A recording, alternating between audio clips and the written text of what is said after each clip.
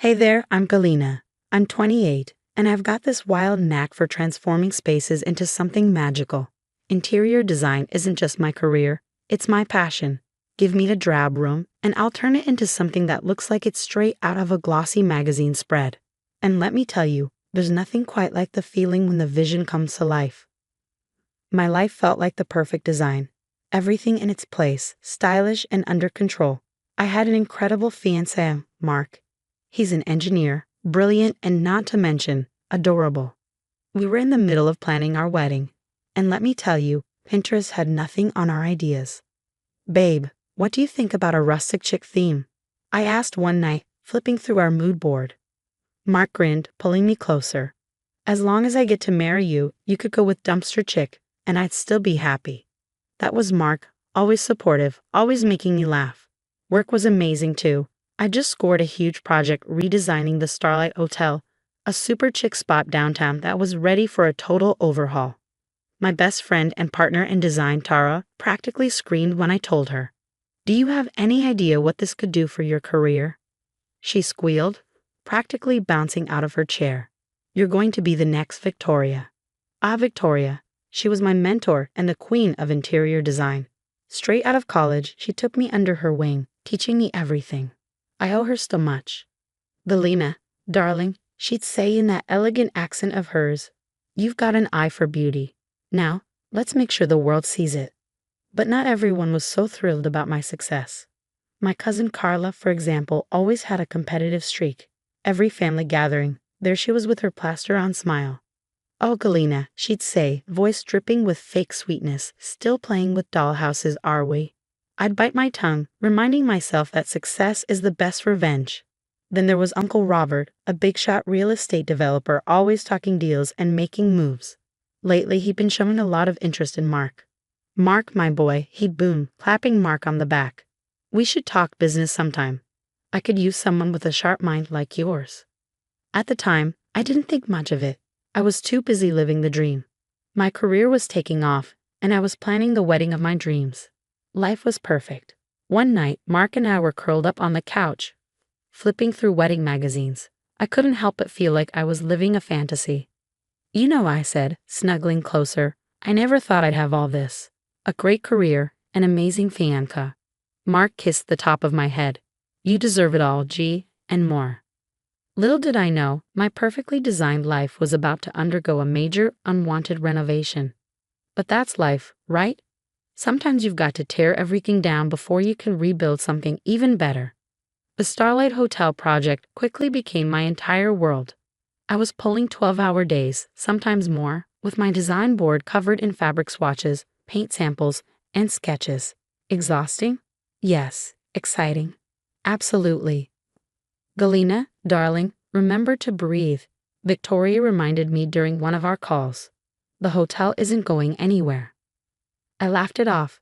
I'll sleep when I'm dead, Vic, or at least when this project is finished.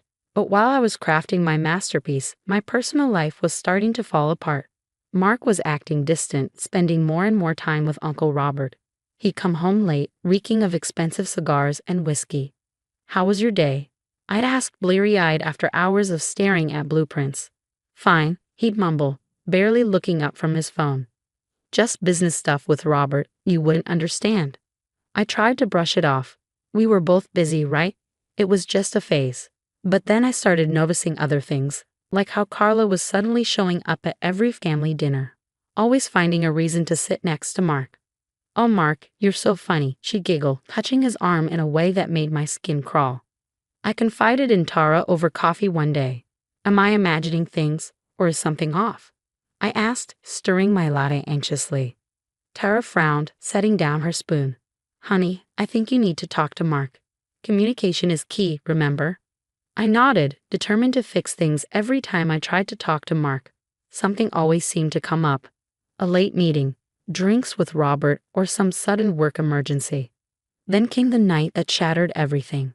I had wrapped up early at the hotel site and decided to surprise Mark with dinner. As I walked into La Bella, our favorite Italian restaurant, my heart stopped. There, in a cozy corner booth, were Mark and Carla, laughing and holding hands across the table. I stood frozen, my world tilting as I watched Mark lean in and kiss her. I must have made a sound because suddenly they both looked up, their faces painted with shock. Under different circumstances, it might have been comical, but at that moment I was dying inside. Galena. Mark jumped to his feet, his face pale. This isn't. But it was, so clearly it was. I don't even remember leaving the restaurant. The next thing I knew, I was home, with Mark pounding on the door, begging me to let him explain. Explain what exactly? My voice was ice. Mark's shoulders slumped. I'm so sorry, Jill. I never meant for this to happen. It's just you've been so busy, and Carla, she understands me. You what? I spat, fury coursing through me. You fell in love while I was working my ass off to build a future for us. It's not like that, he protested weakly. Robert's been showing me all these amazing business opportunities, and Carla's been helping. I held up my hand, unable to bear another word. Get out. Galena, please. I said, get out. I screamed, grabbing the nearest object, a vase he'd given me, and hurled it against the wall. It shattered spectacularly, and with it, my life. Mark hesitated for a moment before leaving. As the door clicked shut, I sank to the floor, surrounded by broken glass and broken dreams.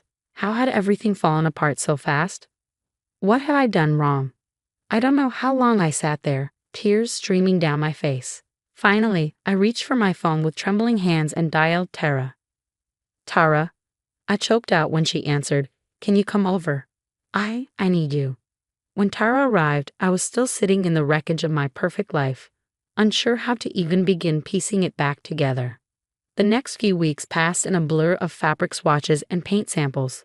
I threw myself into the Starlight Hotel project, working insane hours, anything to keep my mind off everything that had happened.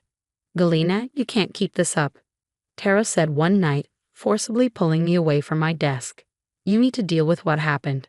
I sighed, running a hand through my messy hair. What's there to deal with? My fiancé left me for my cousin. End of story. But Tara and Victoria weren't letting it go that easily. They tag-teamed me, urging me to think about what really happened. Something doesn't add up, Victoria mused. Mark's change was too sudden. And Robert's involvement. We started dating, and it wasn't easy. But between Victoria's connections and Tara's talent for social media sleuthing, we uncovered a web of lies that made my head spin. Look at this, Tara said, pointing to her laptop screen. All of Robert's recent projects are failing. He's desperate for cash. Suddenly, everything clicked. Robert's interest in Mark, the late-night business meetings, Carla's constant presence. He's using them. I realized my stomach turning. He's promising Mark some huge break and using Carla to sweeten the deal. But we needed proof. That's when I came up with a plan.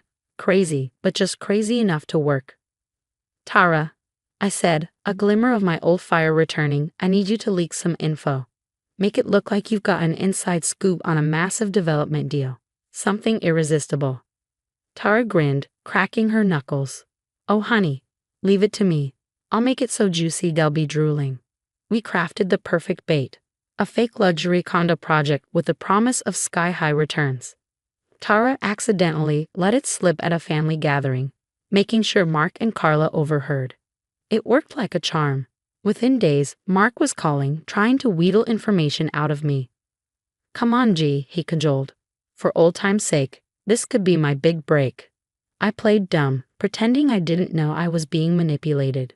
Meanwhile, I documented everything, every call, every text, every chance encounter engineered by Robert. The clincher came when I accidentally left some fake blueprints in my car. Mark and Carla took the bait. Hook, line, and sinker. They've invested everything, Tara reported, her eyes wide. And I mean everything. They even took out loans. I should have felt triumphant. Instead, I just felt tired. What about Robert? Victoria asked, her eyes gleaming with anticipation. Oh, darling, she said with a sly smile, Robert's in so deep he can't see daylight. He's betting it all on this fake project. As I looked at the mountain of evidence we gathered, fake contracts, recorded conversations, bank statements, I felt a strange mix of satisfaction and sadness. You know, I said quietly, part of me hoped we were wrong. That there was some explanation that didn't involve Mark being this. Tara squeezed my hand. I know, hun. But you deserve better than someone who could be manipulated like this, Tara said gently. I nodded, feeling the weight of truth in her words. You're right. I squared my shoulders, determination replacing the hurt. So, what's our next move? Victoria's smile was sharp, her eyes gleaming with a predatory spark. Now, my dear, we wait. Let them dig themselves in deeper, and when the time is right, we pull the rug out from under them. A fierce sense of justice surged through me. As I looked at my friends, my real support system, I realized something important. My perfect life may have shattered, but from the pieces, I was building something stronger, something unbreakable. Ladies, I said, raising my glass of wine, here's to Karma. May she be swift, merciless, and wearing killer heels. We clinked glasses, laughing for the first time in what felt like forever. For the first time in weeks, I felt like myself again. Watch out, world, Felina 2.0 was on her way, and she wasn't taking prisoners. The day of reckoning came faster than any of us expected. One minute, Uncle Robert was bragging about his latest sure-thing investment. The next, his empire was crumbling like a sandcastle at high tide. I was putting the finishing touches on the Starlight Hotel's grand ballroom when Tara burst in, waving her phone. Jell, you're not going to believe this. Robert's company just filed for bankruptcy. It was like watching dominoes fall. Robert's string of bad investments, combined with the non-existent project that Mark and Carla had thrown all their money into, spelled financial disaster for the entire lot of them. I didn't have to wait long for the fallout. Mark showed up at my door, looking like he hadn't slept in days. Felina, please, he begged, his eyes bloodshot.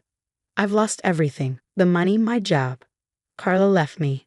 I need your help. I looked at him, the man I once thought I'd spend my life with, and felt nothing. No, I said simply. His face crumpled in disbelief. But we were going to get married. Doesn't that mean anything? I laughed, but it was hollow, empty of any humor. It meant everything to me, Mark, but clearly it didn't mean enough to you. I know all about Robert's manipulation and how you and Carla fell for it. Hook, line, and sinker. The color drained from his face. You knew? I knew. I crossed my arms, feeling stronger than I had in months. I know everything. Now get out. As I closed the door on his stunned face, a weight lifted off my shoulders. The burden of what might have been was gone, and I felt lighter, freer. The next day, I made an anonymous call to the financial regulators, tipping them off about Robert's fraudulent practices. It was the final nail in his coffin. Meanwhile, the Starlight Hotel project was a smash hit.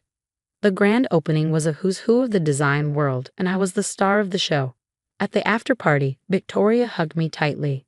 Darling, you've outdone yourself. This is just the beginning for you. She was right, riding the wave of success. Tara and I decided to start our own firm. Designs by G&T was born, and we hit the ground running.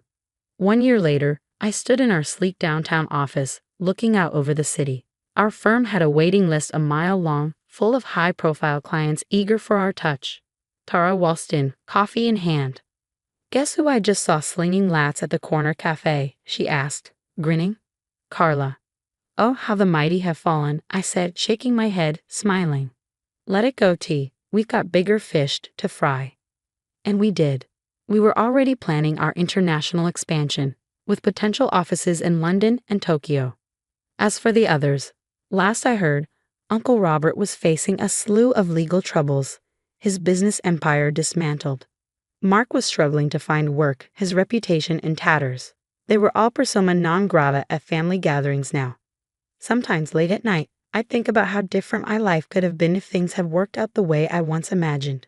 But then I'd look at everything I'd accomplished, the strength I found in myself, and I knew I wouldn't change a thing. Hey, boss lady, Tara called, snapping me out of my thoughts. The clients for the Dubai project are here, ready to wow them. I grinned, straightening my designer blazer. Born ready, T, let's show them what we've got. As we walked into the conference room, I felt a surge of pride and excitement. The pain of betrayal, that was old news. I had a world to design, and nothing was going to hold me back. Ladies and gentlemen, I said, my voice strong and confident, let me show you the future of luxury living.